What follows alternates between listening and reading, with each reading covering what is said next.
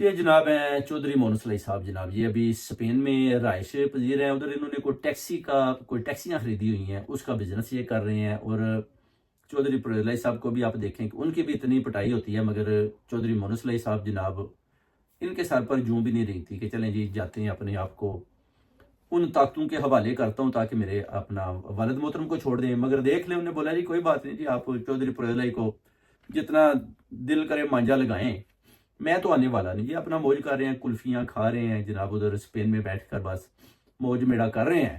ان کو کوئی نہیں جناب کہ چودھری پرویز علی صاحب کو پکڑا ہے یا چھوڑا ہے.